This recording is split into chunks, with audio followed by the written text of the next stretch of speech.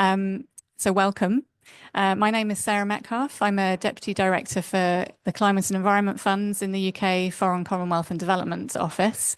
And I'm also co-chair of the Green Climate Fund Board this year, alongside my colleague Milagros Camps-Jaman from the Dominican Republic. Very warm welcome to all of you. Thank you for joining our session on the role of non-state observers in the Multilateral Climate Fund's governance. And welcome to the joint pavilion of four of the Multilateral Climate Funds.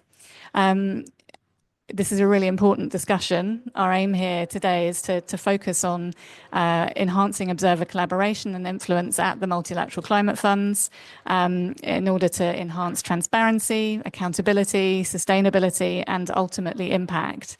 I'm really keen here today to be learning from what's worked and to focus on the future agenda. So to do that, we're very pleased to have gathered for this session a panel of representatives from those institutions and also the observers from four of the major climate funds, so the Green Climate Fund, the Global Environment Facility, the Adaptation Fund, and the Climate Investment Funds. Let me also welcome May Thazin Ong, who's a senior researcher from the International Institute for Environment and Development, who will give our closing remarks. So I'd like to start by thanking all of our speakers in advance for joining us and for everyone who's joined us here in the pavilion. Also to note, we're very pleased this is a hybrid event. So welcome to those of you who are joining us online. And for those of you who are online, if you have questions or comments during the session, please enter those in the chat function, and we'll seek to respond to those during the Q&A component alongside questions asked by those joining in person. Also, a big thanks to staff from the CIF who have both staff and observers for having facilitated the preparation of this event. In terms of our agenda for today, we've asked our panelists to speak for 3 to 5 minutes each. Very grateful for timekeeping, and I will try and keep us to time in order to allow space for discussion and for the involvement of those of you here and online. We're going to structure this discussion in 2 parts. So we will start with colleagues, observers from the 4 funds, after which I will invite staff from the secretariats of those funds to also make their remarks. So we'll have a slight break while we move between the 2. But without further ado, let me start by asking Tara Daniel, the Senior Manager for Policy from the Women's Environment and Development Organization, who is a GCF observer, to kick us off, with a focus on sort of challenges and solutions in this space. So if you could share with us what you see as the key barrier to effective observer participation and decision-making access, and then your recommended solution for addressing that barrier. Tara, over to you. Thank you so much, Sarah. So one of the key challenges is really the inability to fully recognize and realize the potential of observers to be co-contributors, to be collaborators, to be partners in improving the effectiveness of, in this case, the Green Climate Fund. And so when I say this, I recognize the position of the GCF Observer Network of civil society, indigenous peoples, and local communities, and in the ways that it reaches around the world throughout many different networks to local partners on the ground.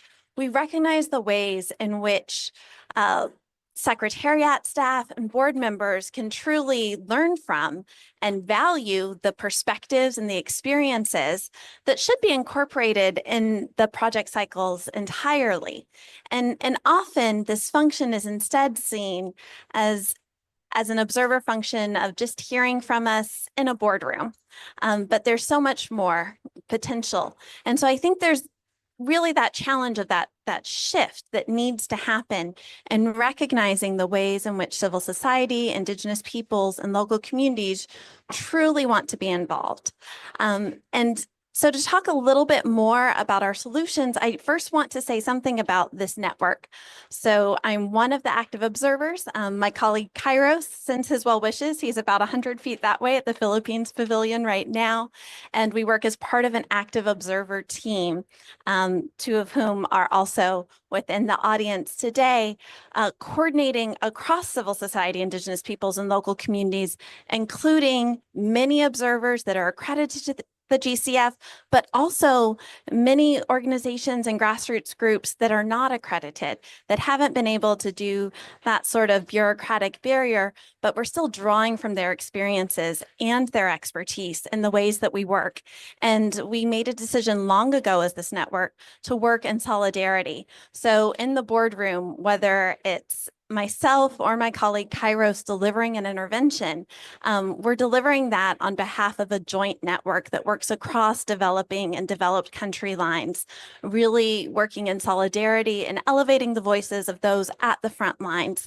So we want to recognize the value that that can provide. And I think one solution to this issue, this failure in some ways of imagination, to truly appreciate the value that observers can bring to every step of the process, of the policy cycles, of the projects that are happening, is something that we've heard, in fact, in events that we've hosted as observers, hearing from board members, for example, that they would love an orientation to how the GCF observers work. We've also asked the GCF staff how we could be more involved in providing that insight into our processes and really pitching our value, especially at this moment at the Green Climate Fund, where they're bringing on many new staff.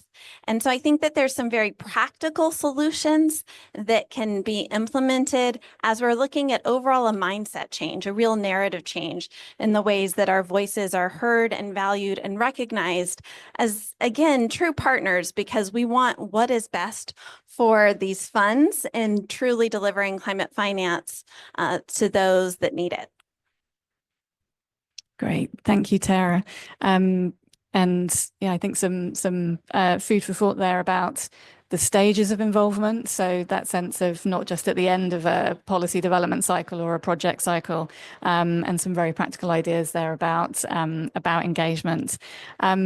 Niti, I wonder if I can turn to you next, and sort of building on that start that Tara has given us, to think a little bit more about the in terms of collaboration and influence, the sort of influence of the observer networks, and because I think this may speak to the question of everyone being clear about the value proposition, is that examples of best practice, those cases and that best illustrate and demonstrate increased observer impacts on decision making by these institutions. Over to you, Niti.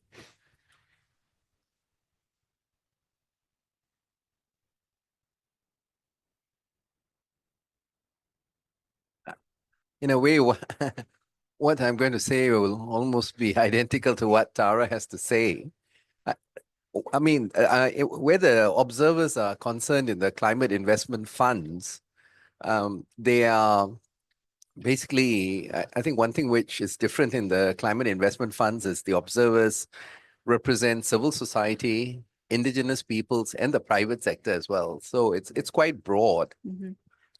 And there is an effort in the CIF to value the voices of the observers. And again, I mean, we engage in the meetings, so we participate in the meetings, and usually it takes the process. I mean, so we have the board meeting. So the structure is, you have the trust fund committee, which is the board meeting, and then you have the two different committees, the clean technology, the climate technology fund, and the strategic climate fund. And then you have the global climate action program subcommittees.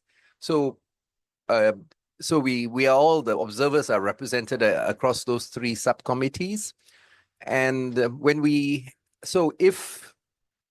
because I'm on the global climate action programs subcommittee, when the board meeting takes place, I can observe, I cannot intervene, though my colleagues from the observers who sit on those committees, they are able to intervene. And the process is normally like this. It's first the contributor countries get to make their interventions, and then the recipient countries get to make their interventions, and then the partners, which are the multilateral banks, get to make their observations, and then it comes to the observers get to make their interventions. And most of the time you find that the language is completely different. You know, it's from how much can you leverage off this investment you're going to get, how much additional funds you can raise, to you know, that's from the contributor countries to the recipient countries. It's like, oh, why, you know, we would like to request for it totally in grants as opposed to loans, you know, which is the designation for our country. Then it comes to observers, and then it's like, why, you know, it's usually on how can we increase the safeguards, you know, where's the protection of the indigenous people? So going, you know, into those kind of details, the community involvement. When you had your consultation session at the country level, how come the observers weren't invited? So it's a completely different language. And if there's one thing I think, and we've always, you know, whenever we have had dialogues with the CEO and with the senior staff, it's always how do we evaluate, or how do we, you know, how do we evaluate how much of our inputs have actually been taken on board? There's no measurement for that, you know. So we give, you know, papers come to us, thick papers, like, okay, this is a investment proposal received for Colombia or for Ghana. And then we go through it, we give inputs, and then when we come, and then sometimes the investment plans are presented to us during the Global Climate, GCAP, Global Climate Action Program Subcommittee. And then we really drill down, we ask a lot of questions, we give a lot of inputs, make suggestions, and then we don't know what happens after that. You know, I mean, the revised investment plan comes, and usually, you know, it's hard to quantify what our inputs are. So I think that's one area in which can be improved, in the sense that to show that what observers contribute does have value and is taken seriously on board. Thank you very much. And I should start by apologizing that I failed to introduce you properly when you started. So Niti is Director and Regional Coordinator for Southeast Asia Climate Action Network, and as you said, a CIF observer. So thank you for that intervention. And I do think that challenge of quantification of impact and finding ways to tell the stories about the kind of changes that have come from observer engagement, I think is really, really important for us collectively. Faisal, can I turn to you now? So Faisal Parish, Director of the Global Environment Centre and a GEF observer. And again, thinking about collaboration and influence, as we have been doing, I wondered if you could focus on and share your experience of the sort of collaboration side of that. So how CSOs as a network can further strengthen observer voices on the governance bodies of these funds. Thank you. Okay, thank you. So I'm currently the chair of the GEF Civil Society Organization Network, GEF CSO Network. We link together more than 500 CSOs around the world, who originally, these were the CSOs that were accredited to GEF in the beginning of GEF. But from 2011 onwards, GEF handed over the task of accreditation to the Civil Society Organization Network. So now we screen applicants and we approve organizations to be members of the network, which is equivalent to accreditation. We've been around for 30 years, really since the beginning of the GEF. And so maybe we have quite a long experience, ups and downs of the changes. One of the things that we've seen in the beginning of significant GEF resources flowing directly to the organization, about 5 to 6% of the GEF funds were going directly to the CSOs. That declined over the years.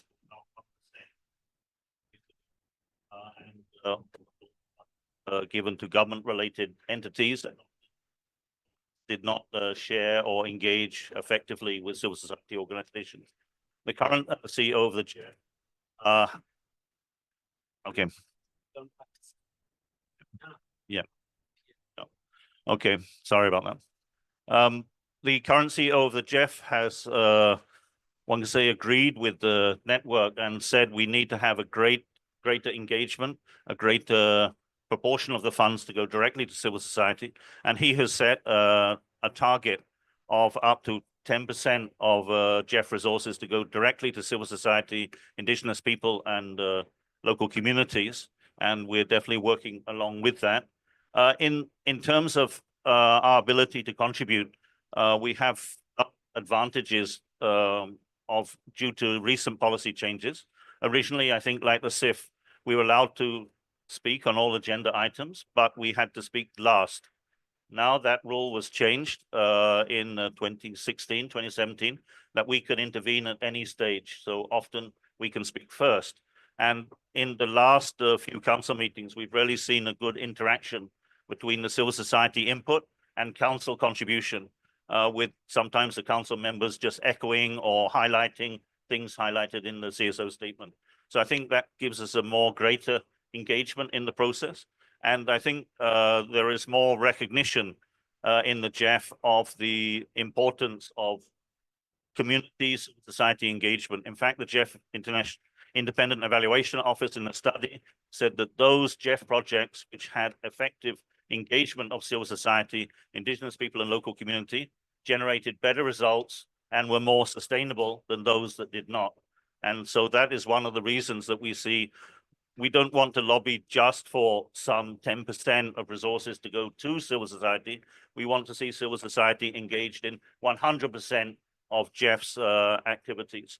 And I think that that's an area where with our members through the network, we have 16 regional focal points, which are able to reach out to the members in different regions, engage and participate in regional so-called expanded constituency workshops, which occur periodically and give opportunities for civil society to interact directly with government focal points and also other stakeholders. And I think those are other mechanisms that enable the broader network to engage effectively. But still, it's work in progress, and more needs to be done. Thank you. Great, thanks very much, Faisal. And again, so I think there's some themes emerging in terms of stage in the cycle that observers are engaged. And I think that last point you were making about engagement with country partners and the sort of designated authorities for a fund is also very interesting. So picking up on some of those themes, I'll turn now to Julia Grimm, who's a policy advisor from German Watch and one of the Adaptation Fund network of observers.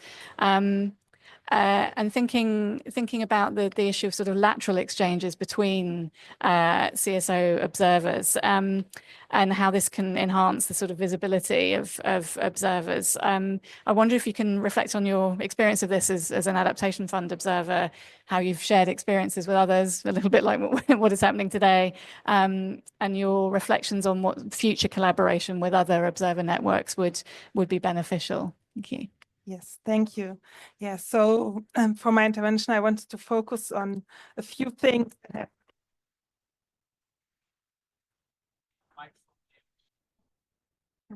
Thank you. You can hear me now, right? So for my intervention, I wanted to focus on a few of the examples of civil society engagement in the Adaptation Fund that have worked out quite well and that we have shared with other observer networks as well. And one of them is actually that the Adaptation Fund has a very transparent project pipeline, and that projects, as soon as they're submitted to the Adaptation Fund, are uploaded on the website. So you have very transparent information about projects coming up in the countries, and often it's also concepts that are shared first before the project proposals are developed. So this really allows civil society engagement early on.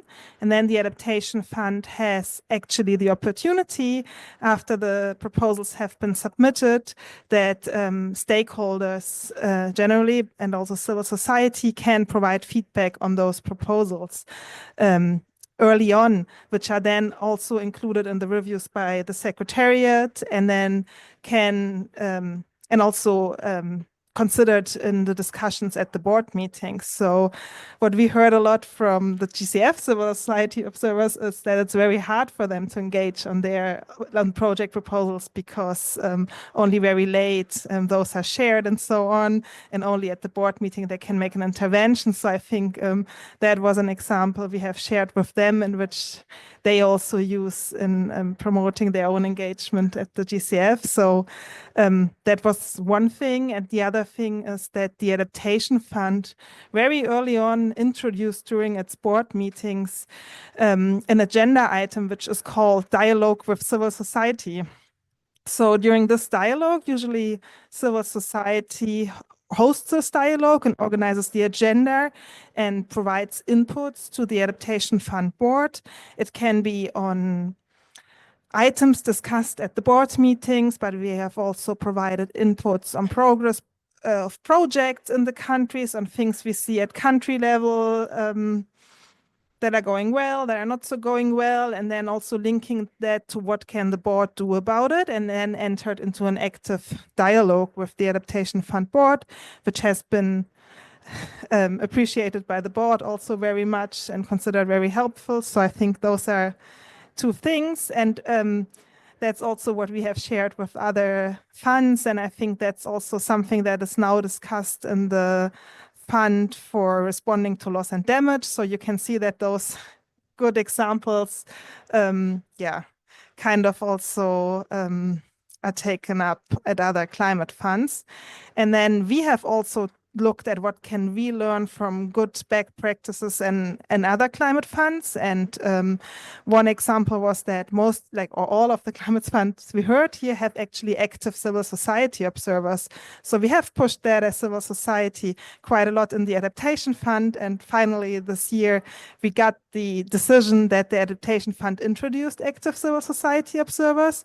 So we are very keen to learn of how the engagement of active civil society observers works in other funds. What are the challenges, good practices? We heard already from Faisal, also some experience. So I think that's what we are looking forward to collaborate more in the future with other observer networks. And that's the experience I wanted to share.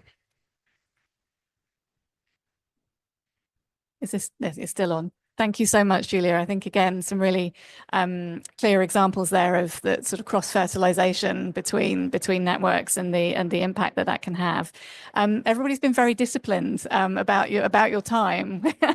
And so I think what I might do is ask you each one additional question to reflect on, and sort of building on this discussion about sort of lessons being learned across the fund. I suppose, to give each of you the opportunity to reflect particularly on what you've heard this morning as well, about your kind of one further recommendation for kind of increasing the sort of visibility and impact of the role of observers in each of the funds.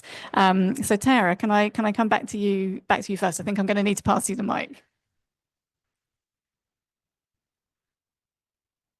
All right, it was so wonderful to hear these examples. And so I'm going to cheat a little and take a little bit from everyone's in terms of thinking about the ways that we want to learn from and increase the visibility.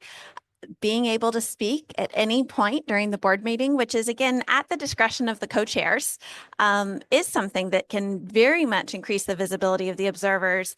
And we have moved from a point where years ago, sometimes the active observers for the GCF were not called on until after an agenda item was gavelled through. So we've been making these strides in this improvement, but I think this real shift, that the idea that we can always be a part of the conversation, is going to be really important, and to speak to the way that can change the conversation, and so that there's not perhaps such dissonance and disconnect between what you're hearing from different stakeholders, because you're building a deeper understanding together through these discussions at the board level. And then, yes, as Julia mentioned, it's really critical that we're able to see the pipeline of projects much earlier to draw from the experiences of Indigenous people and local communities and partners that we have that can speak to the stakeholder consultation and the meaningful engagement that may or may not have happened during the development of this project, as well as take up their own experiences and ideas doing climate work on the ground. And that is going to change the visibility of the observers in a really key way to, again, positioning them as partners in the creation of the climate action that should be deriving from these funds, rather than just observers who are commenting on the climate action. Thanks. Well, actually, first of all, I'd like to thank the organizers for putting this event together and bringing all the different observers networks together. And that's to be lauded. And even, the fact that the multilateral climate funds have also been meeting and coming up with an action plan is something which is good. So there's more synergy amongst all the different climate funds, and avoidance of duplication and replication. So that's to be lauded. And just sitting here listening, I mean, listening to the experience of the Jeff CSO network, as well as the adaptation fund, process.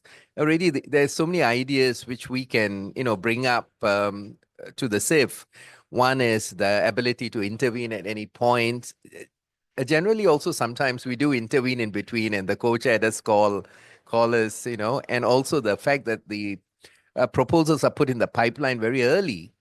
So those are things, and also, it'd be great for our different observers networks to meet together more frequently, and they have the stakeholders advisory network, which aims to link all the civil society observers in all the multilateral climate funds together and able to share best practices, ideas, and all that. So this is something, and I mean, every time there's a board meeting, the CEO of the CIF makes a special effort, always has a meeting with the observers, and we get to share with her very openly and clearly. And just also like to mention that where the CIF observers are concerned, we don't have like a network like Jeff has. We are all very informally linked. Yeah, there is a passion amongst, and we are all elected. So every 3 years, we are elected in a process of election by our peers. We self-nominate, and then our names go out, and then those on the pool elect us. So those with the highest number of votes, depending on which committee you apply to serve on, then you get, those with the highest number of votes actually get elected. And then subsequently, we have 5 focal points within the CIF, and then the observers who are elected and then are selected and the election of the observers is not done directly by CIF. It's outsourced to a third party, so CIF does not interfere in the process at all. And then CIF, those within CIF select, those are going to be the 5 focal points on just transition, on nature, on resilience, and evaluation and learning initiative. So I have the great pride of being the focal point and member of the advisory group of evaluation and learning initiative, which I think is doing phenomenal work, groundbreaking work on just transition, transformational change, developmental impact. So those are some of the benefits we get. And of course, the ideas which are shared are some we can take forward. Yes. Sorry. Okay, thank you. Just a couple of additional points. One is the importance of action at the country level, bringing together, interacting between the civil society organizations and the country Jeff focal point. In fact, we were lobbied and were able to get a decision in the Jeff Council quite some time ago that every year the country national Jeff focal point should organize a meeting with civil society and members of the Jeff CSO network. Unfortunately, that's rarely faced major challenge in implementation. And in some countries, it's been very positive. And in fact, civil society been invited onto Jeff National Steering Committee and other mechanisms. But frankly, in a lot of countries, civil society is not welcomed into the GEF process, and it's seen as like interfering in the allocation of resources by government agencies. And I think if we're going to have any hope of meeting the targets under climate change, everyone says we need a whole of society approach. We're not going to make achievements without that. So we need to have these reforms facilitated by the convening power of the global climate finance mechanisms to get that regular convening between different stakeholders, particularly civil society and the government agencies, to look at a common way forward. And I think that's going to, moving forward, would be something. In the past, I mean, at the time we had that decision, it was just a GEF, related to GEF, but I think moving forward, it would be great if we could get the 4 climate-related funds having at national level those dialogue meetings between the government stakeholders and the non-state actor stakeholders, and really contributing to the process of both the development of projects and programs at the country level, but also at getting real change in the way things are done, because we're not going to meet, and we are not meeting our climate change targets because we have not really taken that full society, whole of society approach. So I think that's one of the key way forwards. One of the areas where there has been a slight decline in engagement between the civil society network. Previously, we had representatives, elected representatives from Indigenous people in each of our main regions of operation, also part of the network. But that mechanism, for various reasons, has not continued to be operationalized. And we hope that in future we can get some additional resources to help that. At the moment, everything in the network is done on a voluntary basis. In the past, the GEF Secretariat did give some funding to the network for some basic website and membership maintenance and outreach, but currently there is no such support, but we're currently in discussion about looking at that. If the climate funds are serious about having active and effective engagement, they need to provide some resources to help empower the network. And I think that can totally be justified, and that will make a more effective operation. Thank you. Yes, thank you. I think I don't have much to add anymore on what you said, because, yeah, I wanted to make the point that also visibility at country level is very important, and it can help CSOs at country level also to be part of a bigger network of CSOs to to have stronger engagement at country level. And if they know there's a bigger network of CSOs standing also behind them. And the last point I wanted to make was also, it's important to also increase visibility among CSOs to join the networks, to engage in the networks, because you have said funding is a real challenge. And it's not only funding for maintaining a website, for traveling to the board meeting, it's funding for our time to engage in the funds. So we need to rely on as many CSOs as possible to engage in the funds, so we can really have meaningful engagement, because mostly, the most challenging thing is funding our time to review project proposals, to really engage.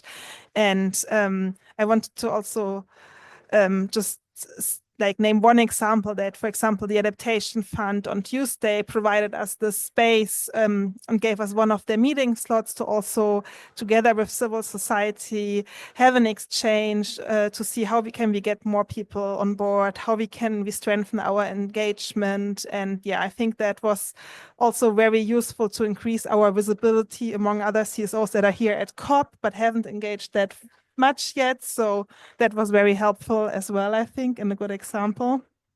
Yes, thank you.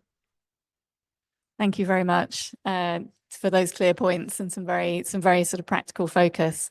I think this is a good moment for us to turn to our colleagues from the secretariats of the 4 funds. So bear with us. There will be a little bit of moving around, but please do stay with us in case of questions later. But thank you very much to our observer colleagues.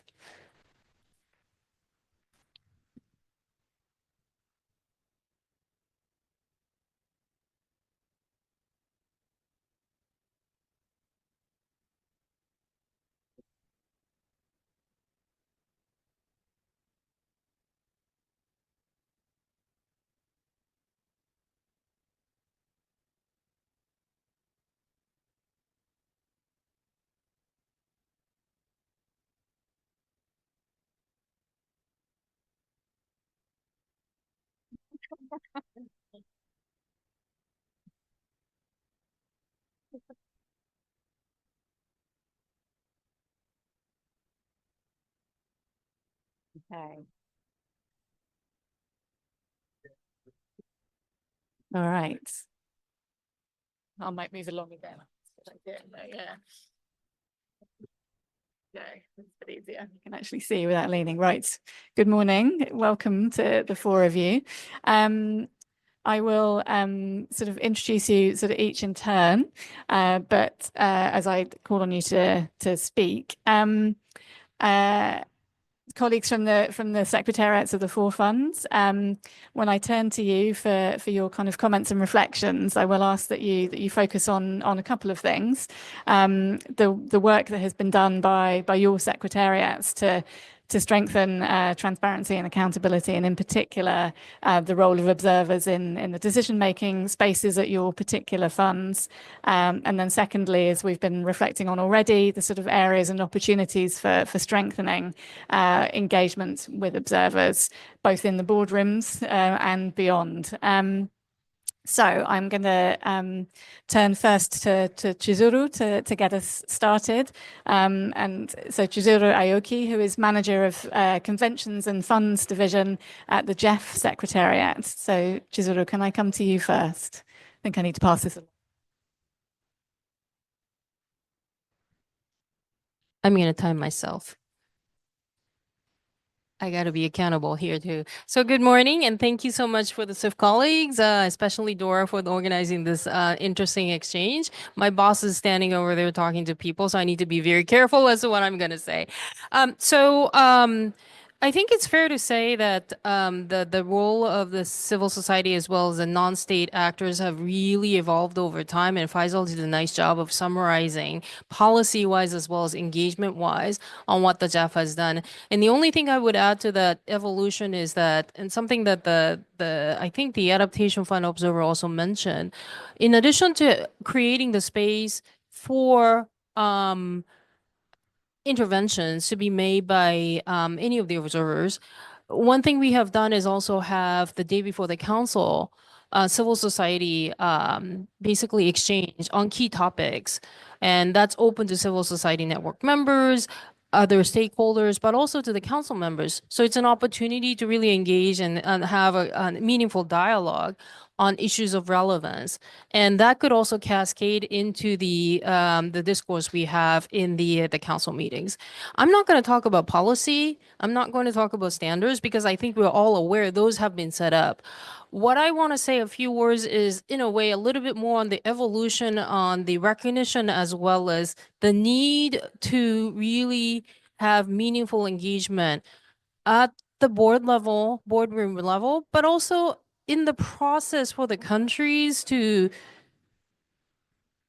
conceptualize and prioritize and submit proposals to us. And by the time things go to the board, those are already cooked up, right? So let me just say a few words on the process of how the countries are coming up with projects and programs. As Faisal said, we have these national dialogues, we have stakeholder engagement, so on and so forth. And I can tell you that the receptiveness, in a way, for the countries to recognize and really engage with the civil society, IPLCs, and other stakeholders to be at the table to maybe even talk about priorities, I think it has seen quite a bit of an evolution. In a way, I think it's fair to say, even in the adaptation space, I manage the two funds for the adaptation. Whenever we have these, project preparation discussions, talking about enhancing the quality and entry of adaptation interventions, we would basically insist to the countries, you need to include a civil society representative as part of your group so that when we have these conversations on prioritization with the CIF Secretariat, they're engaged and they're present. And I think that's actually being quite helpful because in a way, it forces, maybe forces is not a good word, it really compels the country representatives from different ministries and the civil society representatives and IPLCs and so on and so forth to sit down and say, okay, so here are the priorities for the countries, and here are how we're going to propose certain projects and programs to come to the GF, LDCF, SCCF, whatever the funds might be. And that's one way we have really ensured that the voices, as well as tangible in-person engagements, if you will, of the stakeholders can be envisaged. So I think in a way, having that kind of early engagement, and it's not just ticking the box to say they were around the table, it's really meaningful engagement to propose projects and programs. I think that has been very much a key to really ensuring the enhancement of the meaningful inputs. And really recognize them to be part of the decision makers in the projects and programs. Another element, I think Faisal already mentioned this, the CEO said for the next phase, we want to target 10% of our programming directly to the civil society, and not necessarily for the climate funds, but another fund we manage, biodiversity, Global Biodiversity Framework Fund.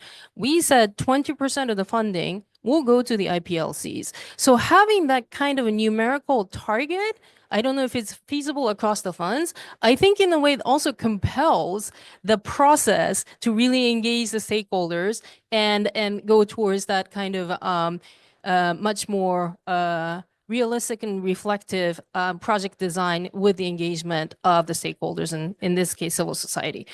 So you wanted me to talk about transparency of the boards. This is a little bit of an interesting topic.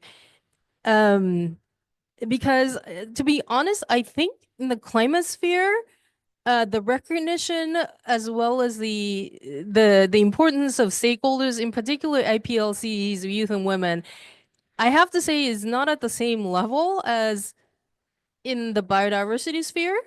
And if you go to COPs and if you talk to the stakeholders, you really feel it, right?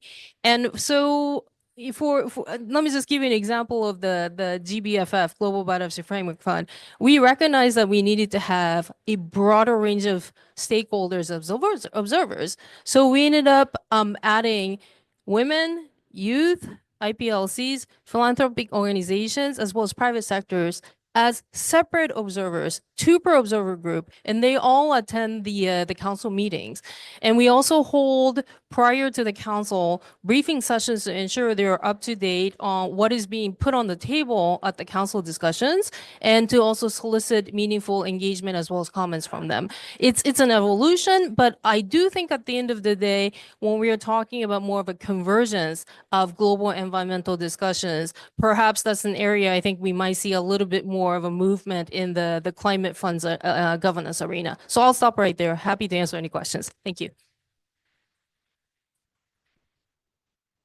Thank you so much, Chiz. So I'll now hand to Artur Cardozo de la Cerda, who's the Director of Governance Affairs and Secretary to the Board of the Green Climate Fund. So Artur. Thank you very much, Sarah, and thanks very much to the CIFs for organizing this event. Actually, this is one of the ideas that when I joined the GCF, actually we were exploring to try to connect a little bit more the civil society organizations and the observers of the different funds. So I thank you for that. So I have 2 options here. One is a 7-page of a very bureaucratic speech with a lot of platitudes, but with some good examples. And the other is to have the possibility of react a little bit to the previous session. So I probably will take the second one. But just to mention, it's Artur. It was supposed to be a sun drawing with colors, but it became Arturo. So I joined the GCF one year ago, and I have to say that, yes, we have a lot to do to improve engagement, I think, for all the funds. I think we have come quite a long way, but of course we can always do better. And I think by identifying that you can do better, it's the first step to actually improve things. So I will not spend much time saying that how important it is, the engagement of our networks and our active observers with the board. Let's say they have this important space for advocacy, for important agendas for the civil society, the communities. How important it is, let's say, the consultation process, their participation for policy items, funding proposals, and other decisional items. Also, how it's important their role in terms of collecting and defending the views of a whole network. So they are not just representing themselves, but a whole network of institutions, as happening in other organizations as well. The role in terms of information dissemination and how this is helpful for the Secretariat, and the whole dialogue that we are trying to build. Let's say we have this civil society dialogue breakfast, and now we are starting to have a private sector observer dialogue as well. I think there is a lot in terms of project design that can be improved, but of course there is a lot already being done. But also acknowledging the role that you play in terms of providing capacity building and knowledge sharing with other entities, and our regional dialogues has been an instrument for you to do that. So what I want to very quickly, I know that there is not much time, but just to say that, yes, I think we are not yet fully benefiting from the capacity of observers to be, let's say, active contributors to the process. I think there is a lot that is already happening, but it's not, this capacity can be, let's say, much more explored. And indeed, this shouldn't be just in the boardroom. So we have 18 days that our board get together in the boardroom, which means that we have a lot of opportunity to engage with you throughout the other 347 days, or part of those 347 days. I think there is a lot that is already happened, but I think we need to explore more. Orientation to observers on how the GCF works and how the different institutions work. And I think this opportunity of telling about the 4 funds and exploring, let's say, the differences. I think your whole networks would be keen to know about all of us, right? So I think we can do a better job, and we can coordinate. We have this initiative of collaborating and implementing, let's say, complementarity and coherence among the 4 funds. So it's something that it is already being considered by us collectively. Well, GCF has many new staff, as Tara has mentioned. We are starting with a very small step, which is we are going to be providing a directory. So to know who to contact in the organization, and facilitating this engagement. There was one comment on how much of the feedback is taken on board. I think we have been trying to improve as much as we can, and we are going to continue doing that. The feedback process, this feedback loop. So I think we just the approval of our risk appetite statement, where we received, I think, 7 pages of comments from the civil society active observers, and we replied to every single comment line by line, and we organized a bilateral meeting also to discuss those contributions. So I think this is good steps in the right direction for providing, let's say, a better feedback, and try to learn from that, and try to do that as early as possible. So we have been doing technical sessions, and we have been actively now engaging the active observers in those technical sessions. In the past, only board members would participate, so those are the drafts. So we understand that if we can engage you as early as possible, you can inform the process of drafting documents. I'm finalizing, I promise, just because there were so many interesting points that I'm trying to react. In terms of speaking last, this is something that we have been working with the co-chairs, and I think we will definitely working with the current co-chairs and the incoming co-chairs. We would like you to be taking, let's say, as the board wishes, of course, but I think there is a space for not leaving you for last. And more than that, I think some board members have been advocating for you to be sitting at the table, at the main table, together with the board members. And physically now this is possible. Before it was not. Late documents, this is something we have been addressing now. We are sharing the documents with the board at the same time as we are sharing with the civil society organizations and other, let's say, the active observers in general. Of course, this can be always improved. A few final comments, loss and damage. I think here, as part of the interim secretariat, the GCF, we have been trying to learn from the ideas and the practice that we have in terms of engagement with our active observers to propose a better model to the loss and damage, and to inform the revision of our own model. So we are taking very seriously that exercise because we feel that we are not going only to contribute to the loss and damage format, but to the reform of our own observer guidelines and engagement. So I'm going to stop here. Just one last point, indigenous peoples that I should not forget, I promise. For us, it's very important. We have an indigenous peoples advisory group. This group has met for the fourth time. They are very important in building the proposals that we bring to the board. So we just approved a RED Plus mainstreaming proposal, and the engagement of the Indigenous Peoples Advisory Group was fundamental to get this proposal across and to get buy-in from the civil society and indigenous peoples, knowing that there is a lot, of course, to take care in terms of implementation. Thank you so much. Thank you, Artur. So now I will hand to Dora Cujo, I hope I have pronounced your surname correctly, the lead on governance and stakeholder engagement at the CIF Secretariat. Thank you very much. Let me also acknowledge my colleagues on the panel with me and to the observers who have really done a good job as giving us the challenge of really taking what we mean by transparency and accountability into keen consideration. I'm glad that basically we are singing the same tune at this high table. So I wouldn't necessarily repeat what Shiz has said or Artur has said, but to make a few key pointers to complement the contributions that they've made. Clearly, as my colleague Nithi had mentioned, that space of quantifying the value add of observer contributions is always very critical. And for the climate investment funds, one thing we've done, and I'm happy to say, is carry out independent evaluations of the observer work. In 2020, work was done, and prior to that, and all these feedback that continue to come from these evaluations help us in shaping or better packaging how we engage effectively with observers, and in ensuring that that space of transparency and accountability is held on high. Another key element is, yes, since the 2010, we've had well over 150 active observers participating on our respective boards.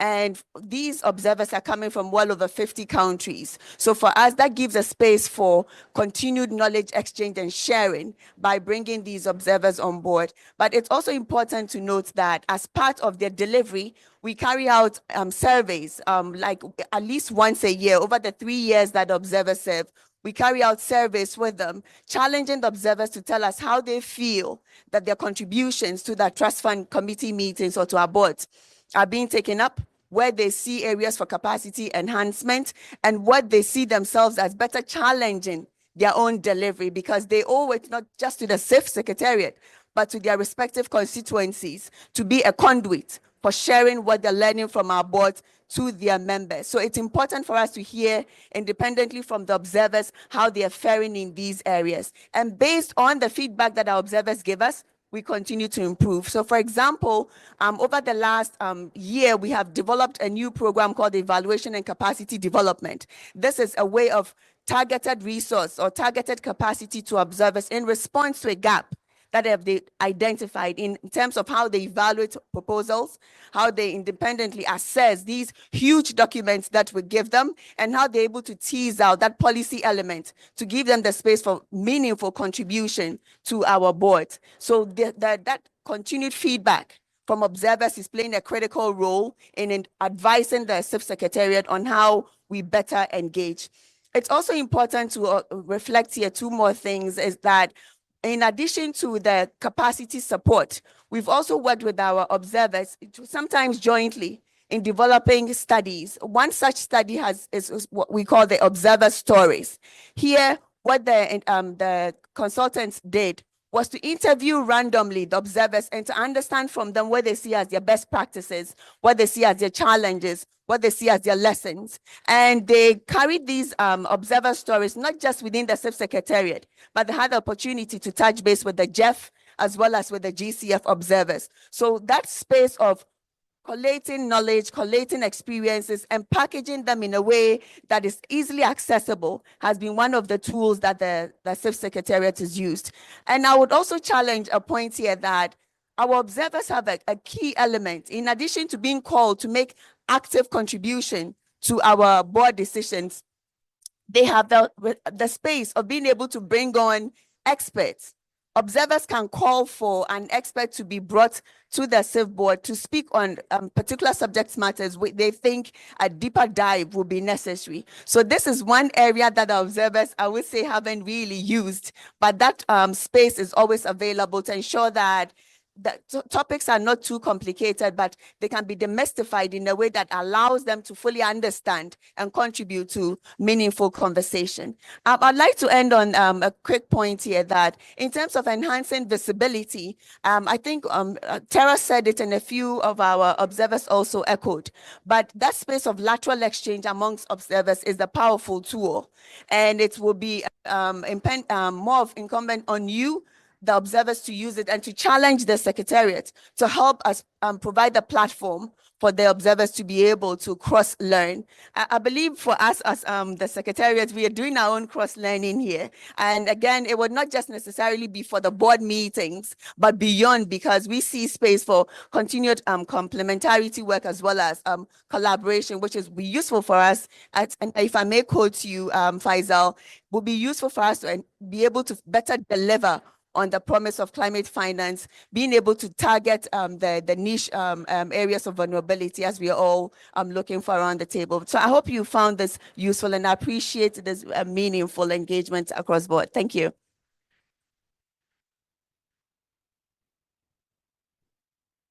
Thank you very much, Dora. And yes, lots to come back to and reflect on, I think, for your collective interventions and the power of this conversation, I think. So finally, I'll hand to Rob Craig, who's the lead for the Adaptation Fund on Governance and Operations. Over to you, Rob. Thank you. And also, let me just express thanks to Dora for convening this and bringing us together to have this conversation. My name's Rob Kresh, and I'm new to the Adaptation Fund in a new role as team lead of governance. So I'm 9 weeks into this space and getting to know not just the Adaptation Fund, but the CSO network that we work with closely. And I want to just say one of the things that struck me when I came in is just that the Adaptation Fund board truly values the role of the network, the CSO network, in its governance. This is a bit of a unique feature. I come from outside of from a fund outside of the climate sector, and this kind of involvement is not particularly common everywhere. And so it's a really great feature in the climate sector. One of the things that I've appreciated is how the Adaptation Fund has opened up its policy and strategy development process, as well as the project lifecycle planning, from the planning to the evaluation of projects, having a standing item in the discussions, as mentioned, for CSOs to intervene, but also recently deciding to have an active observer policy. This is very new, and in my new role, I'm looking forward to seeing how we can expand and grow this. I think it's important also to just say that the network has a critical role in connecting the board with the communities and the ground where our projects are being implemented. Many things were said here. I want to just say a few things about where I think some of the work could go and what Julia and I have been brainstorming. I think adaptation is one of those areas that I think needs more explicit champions, and I think we can work together at both the fund board and the network to advocate for adaptation together. We truly need the network to help us, and we want to help the network promote adaptation. We're a few years out from a new strategic plan, and we see the network as a vital partner in helping us shape and develop that new strategy. We also think that the network has a key role to play in strengthening our own knowledge base. Having members who are based in country, who are up close and on the ground next to our projects, is vital to us in informing and strengthening the quality of our projects. I think the last thing I'll say is the role of the network in advocating for more funding for adaptation. This is, especially at this COP, I think this is something that can never be said enough. In terms of governance, one of the ideas, I can't remember who said it, the idea of having pre-board consultations with the network, this is not something that has happened, and I appreciate that suggestion, and I will take that on board. Let me pause there. Was that you? Oh, thank you for that. I think that's that one I thought that's a low-hanging fruit, and we can start to do that right away. I appreciated also the idea on surveys and pushing CSOs to come back with explicit feedback to keep it fresh and not get stuck down in some kind of rigid policy update process. It can be live and dynamic, and the relationship can be adjusted and evolved in real time. So let me stop there. Thanks. Thanks so much, Rob, and fantastic already to hear that sort of cross-fertilization across the funds and the learning. I do want to make sure we have time and offer the floor to those of you here and also online. If having listened to any of our panelists, you have any kind of comments or reflections that you would like to share, please do. So I can see one hand over here. I think I may need to give you this mic. I'm not. Oh, yes, over to you. Hi, good morning, everybody. My name is Liana Schalatek. I'm part of the GCF CSO Active Observer Network, but I'm also following very closely the Fund for Responding to Loss and Damage. And thank you, Artur, for bringing that up and pointing out that this is the newest member of the multilateral funds, and obviously, should be part of the discussions going forward. And that indeed civil society, a lot of which has engaged in other funds before coming to the fund, is trying to apply lessons learned, particularly on the active observer policy, but not only, but also on additional rules of procedures, how and when documentation is shared, in which languages is it shared. The language is a big issue for inaccessibility of documentation in countries. But I also want to point out there is an undue focus, I think, on board meetings or council meetings, while very important. And I want to point out that in the 3 board meetings that we had with the Fund for Responding to Loss and Damage, we had 1.5-hour sessions live streamed with the board, basically with the observers there. So this is also maybe a good practice to see how that can be integrated, not out of the limelight, but as part of, a transparent sharing of those views and inputs. But I think the importance is also to think about how you can integrate some of the observers, be it through the active observers or more broadly, for example, in a lot of the work that is going on in between board meetings, that's to the decision processes. GCF has it. The Fund for Responding to Loss and Damage will have it, decision between meetings, but also the committee work. Committee work is really, really critical. And while, for example, in the GCF, the additional rules of procedure theoretically would allow for an engagement of the active observer, in practice that has never happened. And so as more work is put into the committees, I think it would be really upon the funds to think about how to integrate observers and active observers there. Thank you so much. I'll come there. Thank you. I think I appreciate the idea of bringing all the fund together and review and discuss the role of the observer. I'm Ghanashyam Pandey. I'm an advisor for the board member for the United Decade on Ecosystem Restoration, and I was also one of the observer in very beginning of CIF, PPCR, SREF. But yeah, I am very glad to hear all these funds are encouraging civil society observers input under the integration in the ongoing fund mechanism. So may I ask you whether the have some kind of mechanism in the national level. Lot of the fund projects are implementing in the country level, and some of them are led by the government. Even some government recognize the role of the civil society, indigenous people, local communities, but some are not so much friendly with this civil society participation. So how these funds can encourage the your partners in the country level or sub-national level to include the women, indigenous people, local communities, to involve the monitoring, evaluation, even in the development of the project. So I'm not sure whether you have such kind of policy or not, or you could develop the policy that involving the observer or CSOs or IPLC in the country level to have the proper implementation of the program. Thank you again for this opportunity.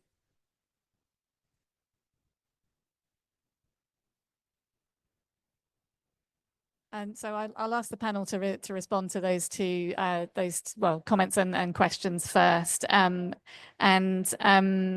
Arturo, I wonder if I could turn to you first to respond to some of Leanne's reflections on the fund and also the fund for responding to loss and damage, and then I'll come to each of you on the broader question about country level engagement. Arturo. Thank you, Sarah. So thanks, Leanne, for the question. And what we are trying to do is exactly to learn what's working well at the GCF and how this inform the fund for responding to loss.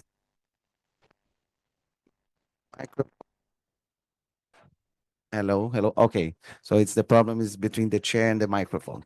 I think we started this idea of the 1 hour and a half of a dialogue with the civil society live stream. I think it builds on the civil society dialogue that we had in the past with co-chairs and also with the secretariat, and I think it's an idea that we will explore with our co-chairs and board members. It seems a very interesting practice, and I do feel that we have time to do that. We have 6 days of engagement, and if we can find 1.5 hours, let's say 1.5 hours to do that, it seems an excellent idea. One topic that I would like to react also is on the country level engagement. This is extremely difficult. And I come from organizations where this is done through the country offices. So the World Bank, the Inter-American Development Bank, the fact that they have country presence, this facilitates a lot the engagement at the country level. So at the IDB, for instance, there are regular engagements with local civil society institutions, local private sector, etc. It's very structured.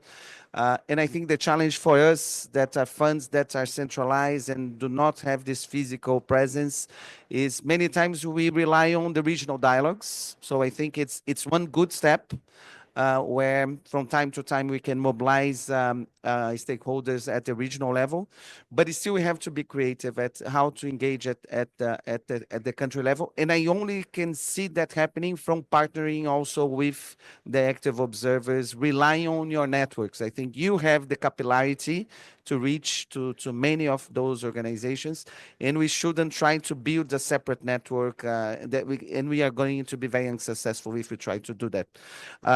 In terms of language, there is our board is considering multilingualism, so we are going to be discussing this in 2025. We really understand, particularly for the local communities, languages is a key barrier for inclusion, for interpretation, for participation, for engagement. So I don't want to prejudge the discussions at the board, but this is an important topic that is being considered. Thank you, Arturo. I think it's probably easiest I pass the mic along. So Rob, can I come to you now? I'll make sure I'm holding it correctly. So just on the question of issues on the ground, I think noting the differences between the different ways that CSO networks engage with the different funds. For us, I think for the Adaptation Fund, having a standing agenda item called Dialogue with CSOs, I would hope that the network would use that moment to articulate to the Adaptation Fund board exactly these kinds of issues. So that to close the loop between board members who are seated in the chair and CSOs who are in their countries seeking to support the work of that board and the fund.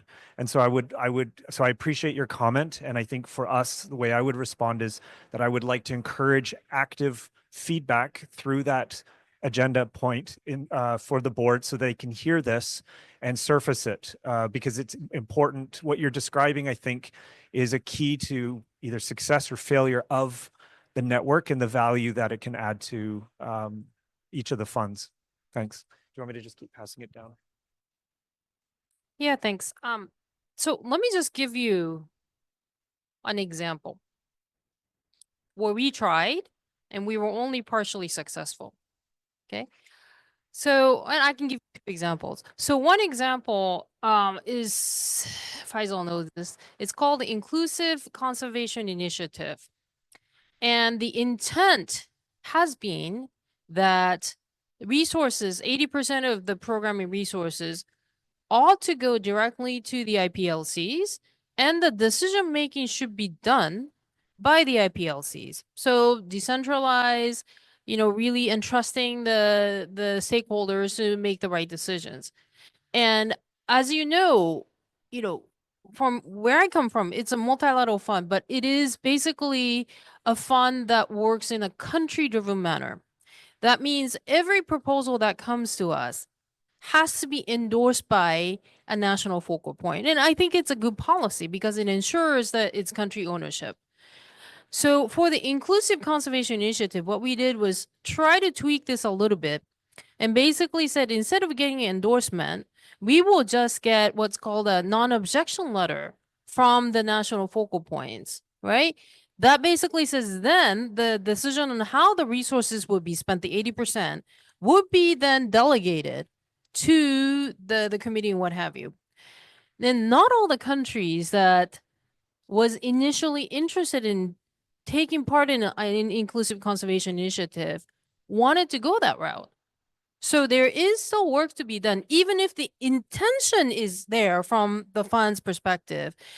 The countries, depending on what the context might be, might just not be ready to take that step to delegate the part of the decision making. Just one example. Another example I can give you, if I may say so, for the Least Developed Countries Fund and Special Climate Change Fund, the 2 funds under this convention, we did what's called the Inclusive Jeff Assembly Challenge Program. It was open call for proposals. Anybody could apply. We had specific targets for women, IPLCs, civil society, so on and so forth. And the intention was anybody would apply. We do the screening and shortlisting. And it was also vetted by our governors, the constituencies in the council, right? When it came to the point of then going back to the individual countries and say, this has already been more or less recommended by the constituencies in the governors, a few countries basically said, oh, no. We're not going to endorse this. Vast majority of them said, well, we're very excited to have this opportunity, so on and so forth. So once again, even the intent is there, and there are different ways in which we try to also engage with the governance element of it. Countries may not be ready for that particular style. So just wanted to highlight, it's not that we're not trying, but there are certain roadblocks we still need to also discuss and address. Thanks. I'll keep it very brief. Thank you so much. I'm also learning quite a lot from my colleagues. So thank you for the question. And Leanne, thanks for the contribution. Very briefly, if I may also use an example, the Climate Investment Funds model, just as you spoke to, goes through an investment planning process prior to identifying the priority investment. So it's a country-led process that brings our multilateral development banks to work together in support to the government in shaping what will be the approach to, for example, tackling, say, forest investment or tackling, say, climate resilience. And one key element of this investment planning process has always been ensuring that integral role of non-state actors in the preparation of the investment plan. It's an ask. It's not an option. And just to complement that, there has been scenarios and situations where an investment plan that has undergone a pretty comprehensive process of preparation has had to be turned back to the government to undertake much more robust consultations involving non-state actors. So clearly, the model used for the investment planning process, which serves as a bedrock for identifying investment, gives due recognition to the voice of civil society, indigenous people, local community, and the private sector entity. So I thought that example is quite strong enough in showcasing how the CIF's structures make sure that the country-led approaches is fully cognizant of the needs and the voices of non-state actors right up front. And then last example, of course, is that for our civil society participants, clearly one of the big issues that they continually bring up is getting the recognition at the country level. And as my colleagues have said, using the regional policy dialogues, national policy dialogues, the whole system of monitoring and reporting, and the IP, what you call the investment plan closure process, are all spaces for ensuring that we can receive the voices. But there's been situations where observers has asked the CIF Secretariat to give them letter of recognition that they could give to the government as basis for establishing their role in the whole dialogue or discussions around investment. So to say that the various entry points, but we continue to count on your niche expertise or your niche pockets of success in being able to get your voices heard at the country level. But in view that a whole package of investment plans, say for $500 million, can be turned back to the government for meaningful consultations, I believe that's a good sign that voices of non-state actors are playing a critical role in shaping these climate pathways. Thanks. Thank you so much, Dora and colleagues. Now, I'm conscious we're heading towards the end of our session. I did just want to double check if there were online any questions had been submitted. Not looking like it. No. Okay. So unless there's a burning question in the room, which I'm not seeing, I think at this stage what I will do is invite May to give us your insights and reflections and takeaways from what you've heard, both from our observer colleagues and from our colleagues from the Secretariat, and the interactions on the with colleagues' questions. Over to you, May. Great. Thank you very much for this opportunity. I've been scribbling away and trying to make the connections between the two different sets of conversations. So I actually think there are a lot of connections between the two, the Secretariat and the observers. And the main theme I see is a call for partnerships with equal footing and an opportunity to have recognition of the value of each of you together. So, and also there's a lot to share on learning between the Secretariat and the observers as well. And I think conceptually there is already a will. So in my work, I work on promoting the locally led adaptation principles, and all of the funds have already endorsed the LLA principles. So these principles are around how locally led and local actors are important in climate change and climate action. And the principles speak to things around how we need greater accountability, how we need greater transparency, devolved decision-making, and addressing structural inequalities. So the funds have recognized this. And so conceptually, this is a great start. So operationally, I hear that there are things that do need some thinking through, and there are also lots of examples of how the LLA principles have been operationalized. So, for example, creating inclusive spaces and dialogues, and there are lots of examples there of having time to create space, breaking down the systems that are in place around hierarchy and the turn to speak. So there's examples there already of how things can change in that manner. Breaking down in language barriers and promoting inclusivity. That's one thing that might be a low-hanging fruit to start on. And GCF, you were talking about how 2025, you really want to get that going. And the other thing I heard was recognizing the time of volunteers. So actually recognizing that the observers spend a lot of time mobilizing such a diverse network of civil society, IPLCs, private sector as well. And so compensating the time that they spend on that. And lastly, early engagement and actually engagement throughout the whole investment cycle and the project cycle is very, very important as well. So I will close with that, and thank you very much for having me. Thank you so much, May.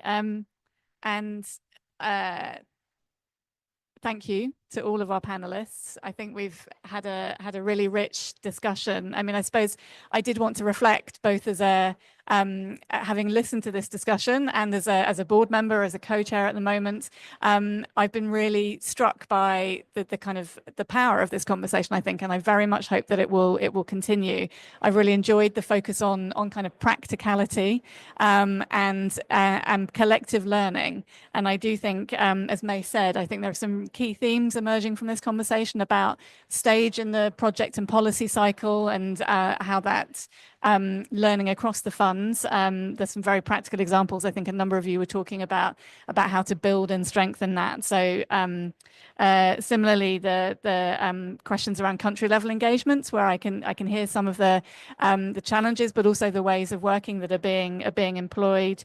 For me, I think these continuing to share stories of success and the stories of impact, which really speak to some of the questions a number of you are raising about metrics and measurement of impact. But like May, I very much heard a kind of collective will to be continuing on this journey and to really be making sure that for each of the funds, given the huge network of expertise that is out there that each of the funds are seeking to draw on, I think there's so much to be learned across the kind of observer organizations and also across the secretariats.